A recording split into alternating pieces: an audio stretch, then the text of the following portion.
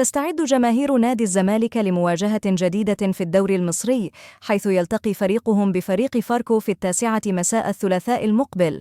ويهدف الفارس الأبيض إلى تحقيق الانتصار ومواصلة مسيرته الجيدة بعد الفوز الأخير على مودرن سبورت بثنائية مقابل هدف ضمن منافسات الجولة الثالثة من البطولة، ساعيا لتعزيز موقعه في صدارة الدوري المصري.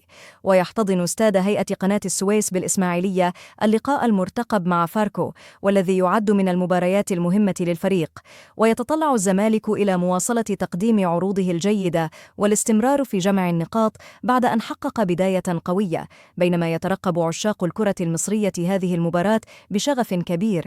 وعلى صعيد الأرقام، جمع الزمالك 7 نقاط من أول 3 جولات متساويا مع المصري، فقد افتتح مشواره بالفوز على سيراميكا كليوباترا، ثم تعادل سلبيا مع المقاولون العرب قبل أن ينتزع فوزا صعبا في الجولة الثالثة على حساب مودرن سبورت. ومن المقرر أن تبث مباراة الزمالك وفاركو عبر قناة أون سبورت 1، مما يزيد من حماس الجماهير لمتابعة أداء فريقهم المفضل. ومن المتوقع أن تشهد المواجهة إثارة وقوة في ظل سعي الزمالك لمواصلة مشواره نحو المنافسة على اللقب، حيث سيظل الفارس الأبيض تحت مجهر الأنظار في هذه الموقعة.